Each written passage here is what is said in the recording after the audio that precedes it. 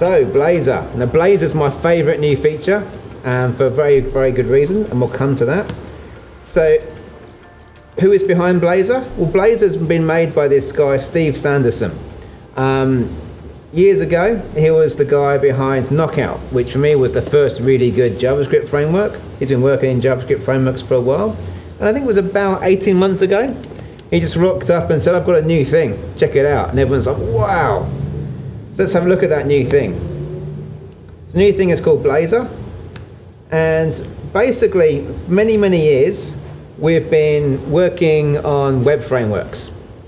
We like web frameworks because they give you much more interactivity than the previous old school server-side pages. There's one thing all these web pages have in common. I like Angular, I like React, I like Vue, but there's one thing that's common to them all that I don't like, and that's this thing here at the bottom, JavaScript.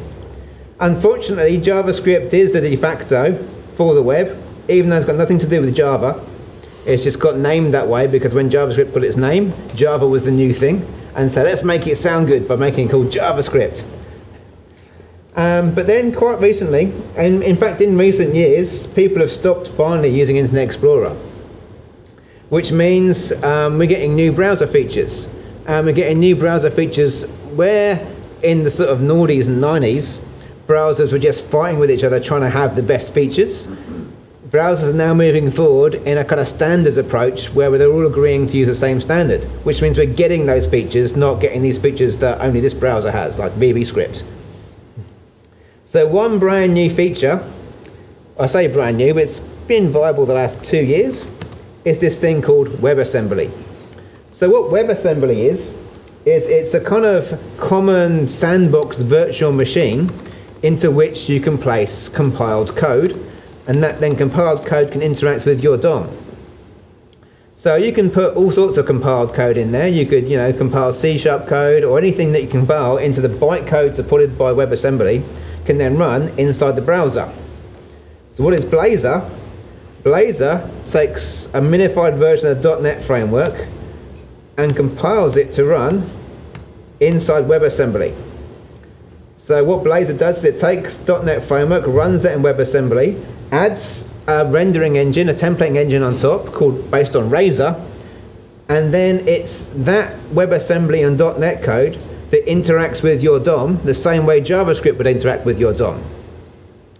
So anyone here remember something called Silverlight from back in the day? Silverlight was not like this, because what Silverlight was is, well, it only worked on Windows unless you tried Moonlight. I don't know anyone ever tried Moonlight? It was an open source kind of port of Silverlight. Okay, so what that was, it was kind of like the Micromedia Flash version of browser extensions. So it doesn't try and talk to the DOM, it doesn't try and work with the browser. What it does is installs a plugin into the browser that takes over a chunk of screen, then runs its custom code inside that screen. So Silverlight, you would work with your windowing toolkit, so you could do drag and drop making your things, but it wasn't really a web application you were building a custom application inside a custom plugin inside your browser. Blazor is nothing like that. Blazor is much more like your JavaScript applications. Browsers already have a very nice and powerful rendering engine inside them that works with HTML and renders CSS and does all that work. So all Blazor does is it gives you a new way of manipulating that same DOM, but from C# code instead of JavaScript code. And for me, that's very, very exciting indeed, because I'm not a huge fan of JavaScript. I've lived with it. I teach an Angular course. I've had to live with it because I've had no choice. But Blazor is the first glimpse of light at the end of the tunnel. But you don't write any JavaScript in your Angular course, do you? Well, it's TypeScript that transpires to JavaScript, but it's different. Don't get me wrong. JavaScript-based single-page web applications are amazing compared to how bad JavaScript used to be. Yeah. Like TypeScript's great. TypeScript looks like C#. You've got classes, but at the end of the day, it all compiles down to JavaScript. So it's great at compile time, but it's not runtime type safety. Where with .NET in the browser, you get proper runtime type safety.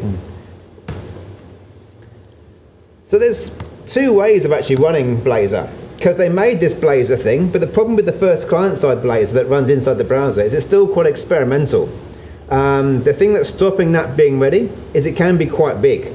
And by quite big, I mean they managed to shrink the .NET framework down to a few meg, but when you're talking web applications, a few meg is still too big. So it's small enough for maybe an internet application, but if you want to put a website online, having a couple meg download to display a web page is a bit too much.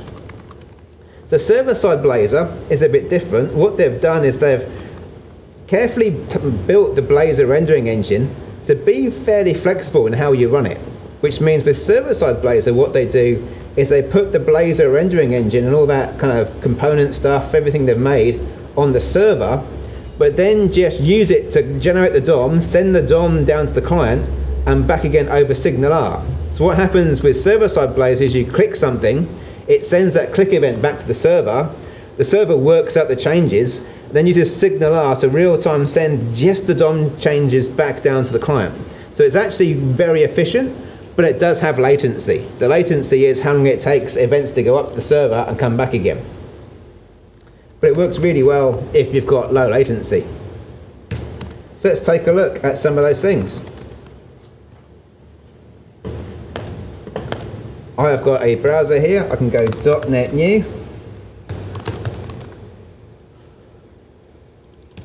First of all, I've got the latest preview just to get the latest Blazor code, because the Blazor client-side stuff is experimental and changing quite a bit. If I go .NET New, I've installed an extra template with .NET New installed, and that template allows me to create Blazor. It's in here somewhere. Blazor WASM is the WebAssembly version of Blazor. Coincidentally, the server version of Blazor is released. That's out there. It's in .NET 3. It's ready to use, but there's some weird the latency thing is something to consider. I'm seriously considering it, but I'm not sure. Whereas the WebAssembly version, they reckon that's going to be out in May next year, March or May. It was one of the M months. But that's much closer than it was a year ago, definitely. Not November? Let me check. No, sorry? Not Movember, no. So the name of this template is Blazor WASM. So I can go .NET New Blazor WASM. And away we go.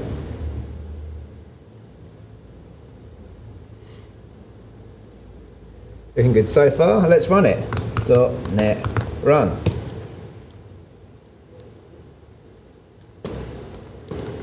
And what we get looks a lot like all the different single page templates we've got. In fact, it looks a lot like the React template. It looks a lot like the Angular template.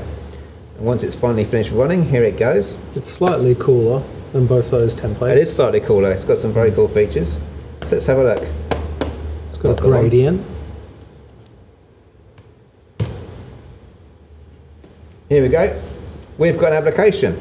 And you can see it's got instantaneous navigating between stuff, because it's acting like a single page application. In fact, if I go and look at the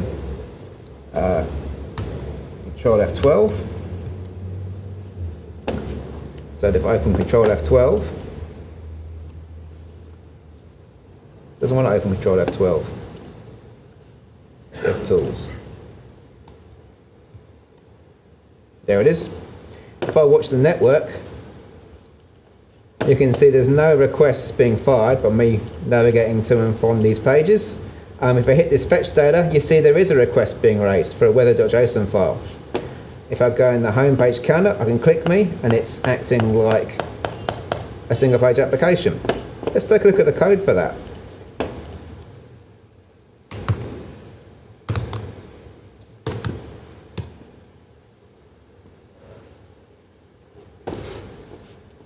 Here is the source code for that application.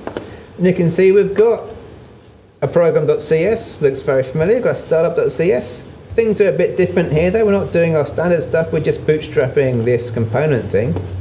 And then let's click through to our pages. Let's start with a simple one, counter.razor. First off, we see this is a Razor file.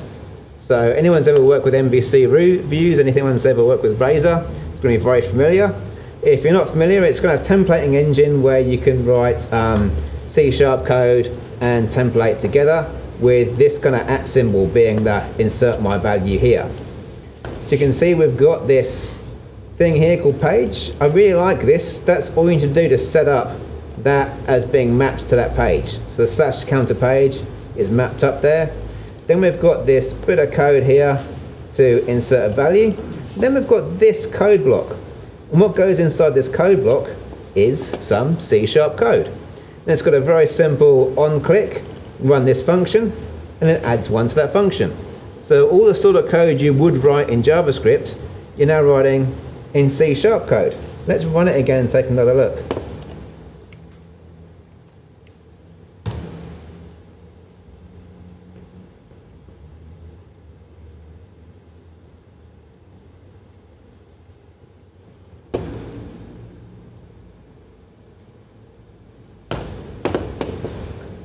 While I'm waiting for that, I'm going to pull this out.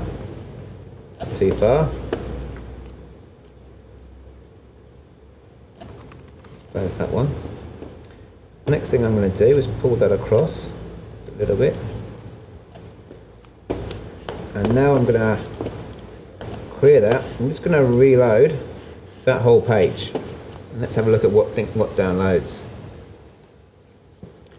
Okay, so we download this thing called mono.wasm. We start off with a boot file, and then, if I drag this out a bit more, you see we've actually started to download a whole bunch of DLL files. So this is the browser downloading .NET DLLs and running them inside that WebAssembly.NET framework, and then it's that's doing the work when I click these things. Who thinks that's cool?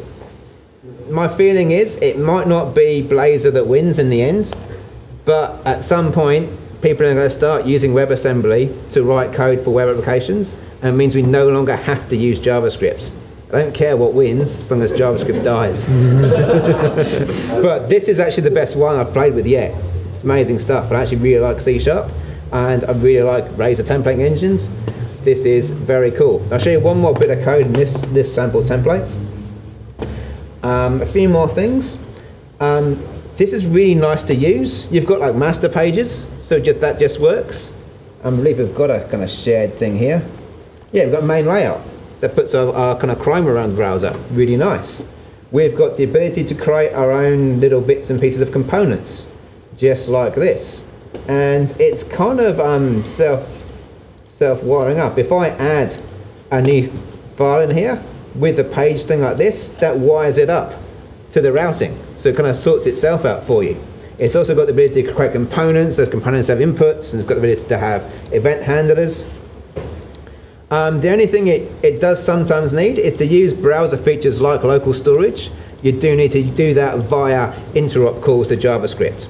Now, there are libraries made for Blazor to handle that for you, so you get a nice API to interact with the thing, but behind the scenes it's talking to JavaScript. That's because right now WebAssembly doesn't have direct connections from WebAssembly to other browser features. That is planned for the future. So there may be a point in the future where WebAssembly can talk straight to things like the local storage or other features like that, and then you won't need to go via the interrupt section. But there are libraries to kind of handle and hide the fact that there's JavaScript behind the scenes in there.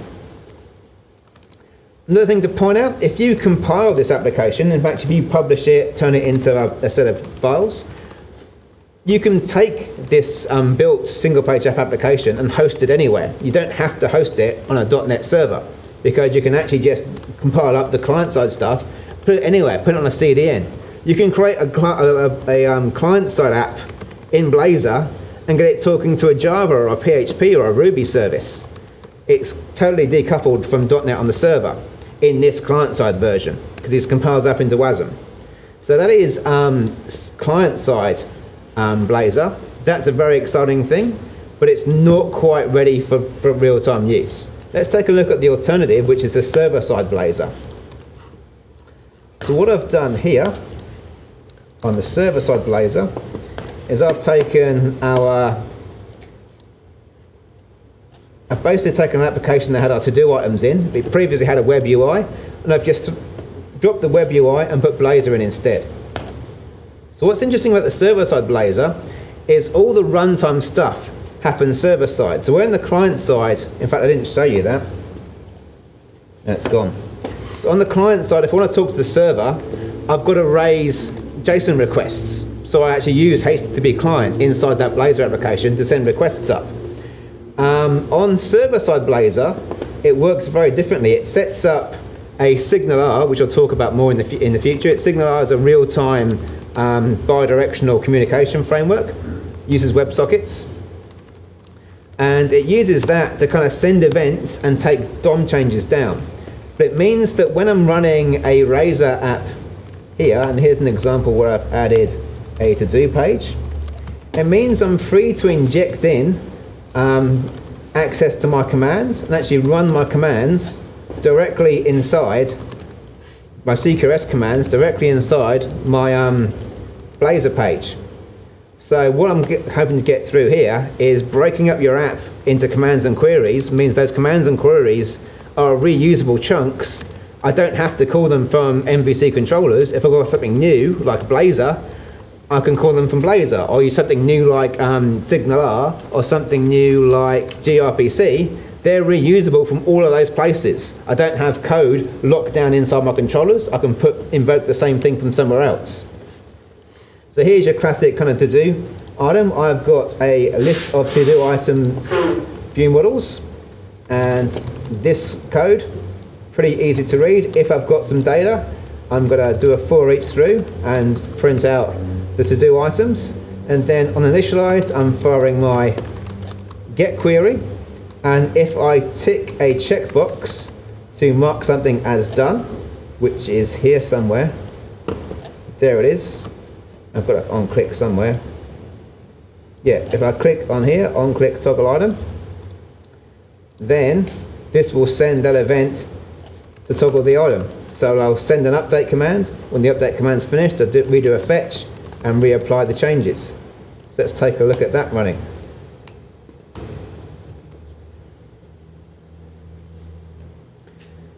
So what you see here in server-side Blazor is you won't get the interesting stuff of having DLLs downloaded to the client, because all the Blazor stuff is running on the server. What you do get is you get a WebSocket kind of connection installed that will do your work. So this looks very similar, it's still very quick, but bear in mind this is all running on my local machine. The response of that click on a real website will be some latency while we send the request up and get it back. So it all depends on how far away that server is from your system. It is fast, it's Blazor fast, but it is doing all that work on the server. But this is released and ready to use now. One thing this does deal with is with most single page applications, there's generally a problem with your first page hit, because you've got to wait for the whole application to download, then it's got to run stuff client side and finally render your page. The first page request with Blazor server side is very fast because it's pre-done the work for you, and then from that point it's just changes to your app that gets applied. But just to see that to-do item, nope, I need to go just to-do. There it is, so it's picked up my changes. I think this should work. Yeah, so pretty fast. You should see a tiny delay. That's the delay of the round trip of that work going on. And again, fetch data is you can just inject that data straight in. So that is pretty much, there's loads more I could show you about Blazor. There's all the different libraries that give you interrupted JavaScript services. There's the fact that you can build up your pages out of multiple components and build a component architecture just the same way you can build components in Angular or React. So you build a tree of components of things inside things and bubble up state up and down them. That's all there. But yeah, you had fluid validation working too, didn't you? Yes, yes. So one thing you can do with Blazor, and this is a Blazor thing I had yesterday, is you saw how we had that code generation. So that we could take something we declared as a view model on the server, run a generator, have that same, have a representation of that of TypeScript available on the client. Well, with Blazor, you can just take the same DLL and load it on the client. So you don't need to translate between TypeScript versions of the class and a .NET version of the class. You take the same, you can take the same object and take the same validator rules and run them client side. So take Fluent validation and run that same complex behavior on the client side when you're validating. So you don't have to have two sets of rules, one for client, one for server. So there's thousands of options available. It's still early days, but I'm very excited. So to wrap up on Blazor,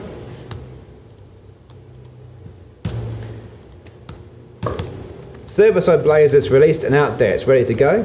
Client-side Blazor is getting close. Client-side Blazor is the exciting one, but they've still got some hurdles to jump through. It's getting better and better all the time. The idea is you can build web UIs with little to no JavaScript, and there's more on the way. Another thing they're looking at actually is Electron. So Electron lets you build apps through JavaScripty type engines. So bootstrapping Electron, imagine Electron without the JavaScript. So using the rendering engine, which is the rendering engine for browsers to make a UI, but don't use JavaScript to do the actual work, do .NET code for the actual code writing and making that work. So these are all things that are becoming possible with Blazor.